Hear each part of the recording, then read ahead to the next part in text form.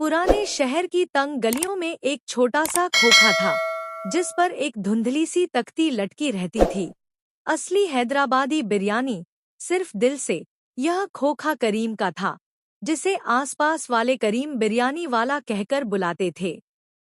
उम्र मुश्किल से 32-33 साल, कंधों पर जिम्मेदारियों का बोझ और चेहरे पर हमेशा फैली रहने वाली थकान। लेकिन जब बिरयानी की खुशबू उठती, तो उसके चेहरे पर एक अलग ही चमक आ जाती। करीम का बचपन भी इसी मोहल्ले में बीता था। उसके अब्बा एक छोटे से ढाबे में रसोइया थे। करीम ने उनसे सिर्फ खाना पकाना ही नहीं, बल्कि खाना बनाने का सलीका और लोगों को खुश करने का तरीका भी सीखा था। अब्बा अक्सर कहते, बेटा, खाने का असली स्वाद हाथों में नहीं, नियत में होता है। अब्बा अब नहीं थे, लेकिन उनकी यही बात करीम की ताकत बन गई थी। मगर जिंदगी आसान नहीं थी। घर में बूढ़ी अम्मी थी, एक बीमार छोटी बहन नाजिया और पढ़ाई करता हुआ छोटा भाई फैज। बिरयानी के इस छोटे से ठेले से जो कमाई होती, वही परिवार का सहारा थी। कभी कभी तो ऐसा भी होता कि पूरा दिन मेहनत के बाद भी बस 100-150 रुपए ही घर लेकर जाता। मगर करीम ने कभी शिकायत नहीं की। उसके लिए तो यही ठेला उसकी उम्मीद था।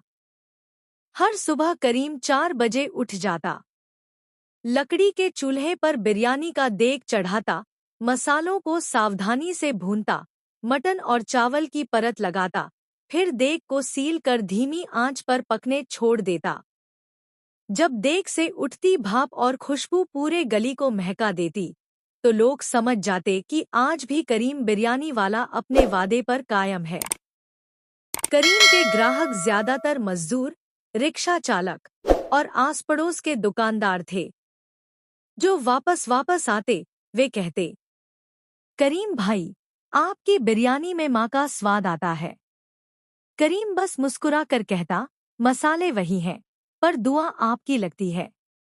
करीम को कुछ समझ नहीं आया, लेकिन ग्राहकों की भीड़ देखकर उसकी आंखें नम हो गईं।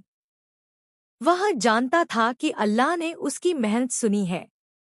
और गली के लोग, वे अब भी कहते, करीम बिरयानी वाले की बिरयानी सिर्फ पेट नहीं भरती, दिल भी भर देती है। थोड़े ही दिनों में हालात बदलने लगे। कमाई बढ़ने लगी। उसने अपनी अम्मी के इलाज के लिए पैसे जोड़ने शुरू किए। नाजिया की दवाइयां नियमित होने लगी। फैज के कॉलेज की फीस भर दी गई। मोहल्ले के लोग भी खुश थे कि उनके करीम भाई की किस्मत चमक रही है। इसकी बिरयानी से पेट तो भर जाता है, पर नियत नहीं।